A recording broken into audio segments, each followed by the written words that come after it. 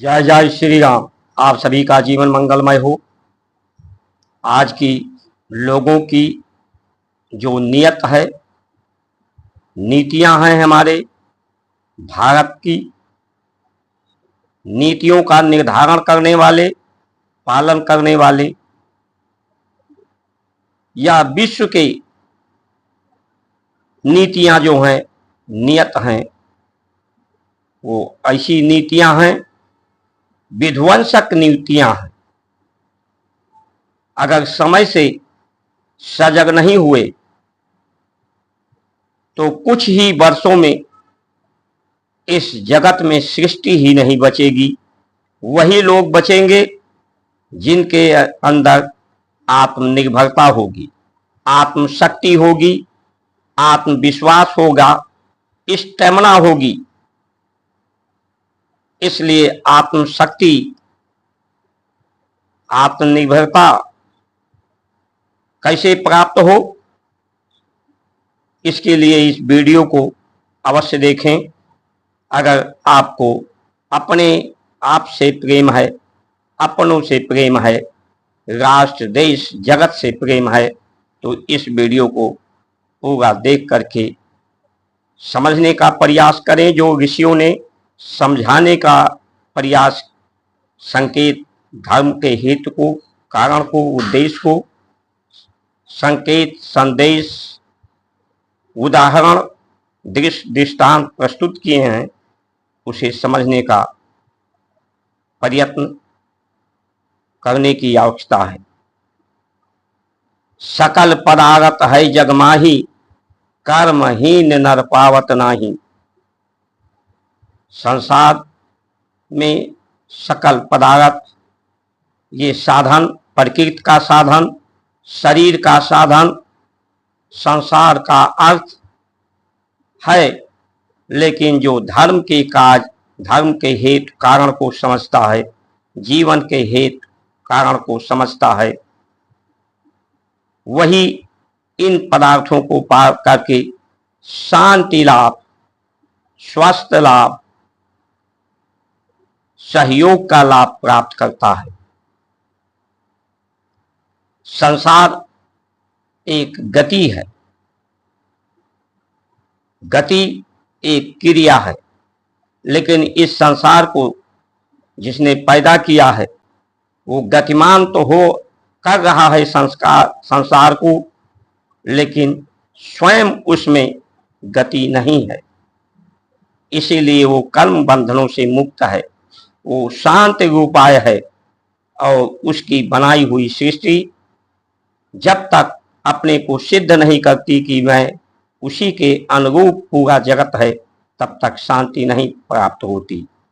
शांति, ये जो प्राण की गति है, प्राण की गति होती है आहार के कारण। जब हम आहार लेते हैं तो आहार को पचाने के लिए इसमें गति होती है, और ये गति संतुलित हो। प्राण की गति में, इंद्रियों की गति में, रक्त की गति में संतुलन हो, सामंजस्य हो। ये सामंजस्य, क्योंकि ये अग्नि है, अग्नि अधिक तीव्र ना हो, अधिक शांति ना हो, दोनों में सामंजस्य हो। आहार, शुद्ध आहार, आहार में विकार है। संसार के जितने पदार्थ हैं जिसको हम सेवन कर रहे हैं, सब में विष है, विषय है, विकार है। इसलिए हमारे ऋषियों ने इसे शोधन, परिशोधन की बात कही है। जो मानव मल मूत्र है, गौ का मल मूत्र है, संसार के और कूड़े कचरे हैं, उन्हें मिट्टी से ढकने की बात कही है कि मिट्टी से मिट्टी डाल दिया जाए,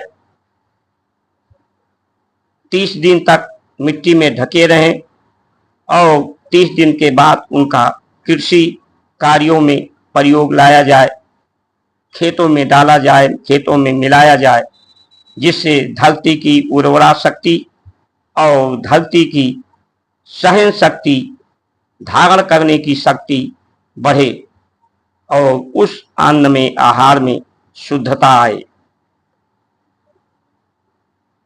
और यज्ञ करें गोघृत से, जिससे प्रकृति पवित्र हो।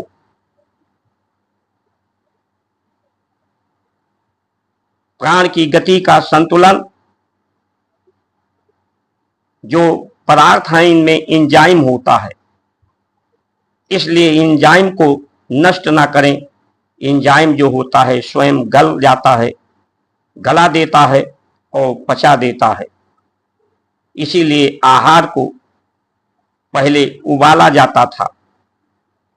पहले उबालिए, उबालने के बाद फिर उसे, यह दाल है,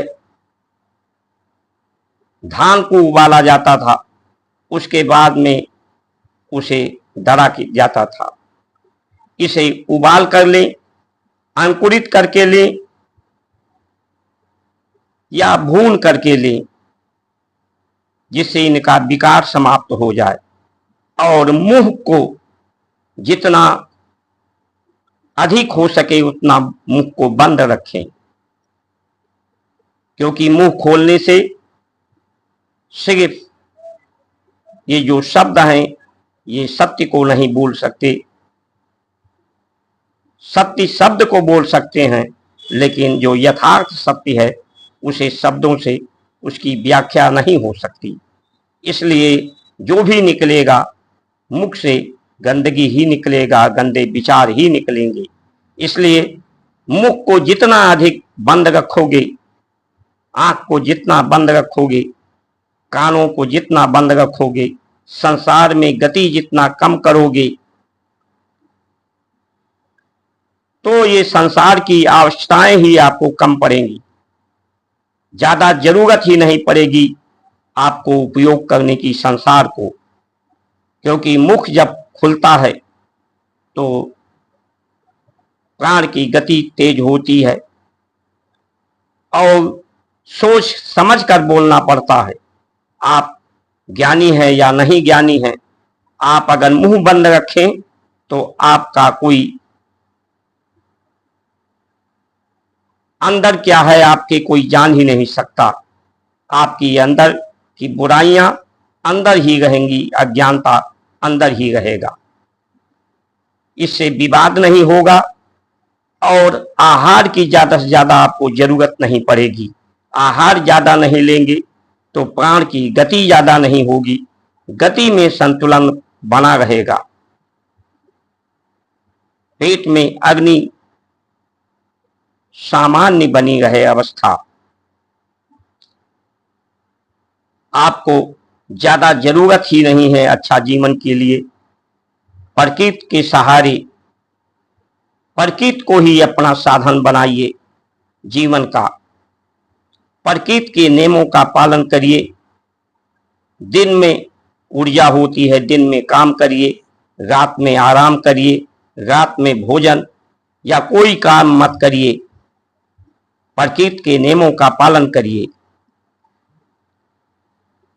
ये जब गंदगी बढ़ती है, दुर्गंध बढ़ता है वायुमंडल में, जो महानगरों के में बह रहे हैं अवशेष गंदे नालियों में, ये समुद्र में पहुंचते हैं वर्षा ऋतु में, तो ये गंदगी प्रकृति में पहुंच करके प्रकृति को बीमार और दूषित कर देती है। प्रकृति का असंतुलित कर देती है, उसका संतुलन बिगड़ जाता है।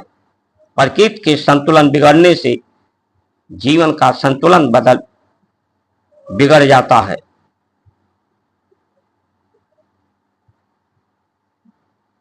इसलिए सबसे बड़ी समस्या जात, अनेक जात हैं भारत में, अनेक धर्म हैं भारत में, इसलिए अनेक मत हैं, अनेक उद्देश्य हैं लोगों का। धर्म की मान्यताएं, उसी को धर्म मानना चाहिए जिससे शांति लाभ हो, संतुलन का लाभ हो, सामंजस्य का लाभ हो, संतुष्टि का लाभ हो, पूरे जगत का लाभ हो। उसी को धर्म मानना चाहिए, उसी को धर्म की मान्यता देनी चाहिए। जो धर्म अनेक वाले हैं उनसे पूछना चाहिए कि तुम्हारे धर्म से प्रकृति के संतुलन में, प्रकृति को, धरती को या शांति लाभ, स्वास्थ्य लाभ, प्राण की गति में संतुलन बनाने की क्या व्यवस्था है। अगर नहीं है तो इस धर्म की मान्यताएं जो संवैधानिक रूप से हैं उन्हें समाप्त करनी चाहिए। ये सबसे बड़ी आपस में एक विद्रोह का कारण बन सकता है, भारत को बांटने का कारण बन सकता है। जात के आधार पर मान्यताएं देना, जात के आधार पर नीतियां बना करके व्यवस्था देना, जात पात के आधार पर चुनाव और चयन करना, ये संविधान नहीं है, ये सम का विधान नहीं है, ये सत्य का विधान नहीं है, ये धर्म का विधान नहीं है, ये प्रकृति का नियम नहीं है। तो इस तरह से जो परिस्थितियां बन रही हैं प्रकृति के असंतुलन का, वो जीवन का खेल ही बिगाड़ देगी। इसलिए सावधान और सजग होने की आवश्यकता है। अपनी जरूरतें कम करने की आवश्यकता है, भाग दौड़ कम करने की आवश्यकता है, मुंह को अधिक से अधिक बंद रखने की आवश्यकता है। इन्हीं वचनों के साथ आप सभी का सुमंगल कामना करते हुए जय श्री राम।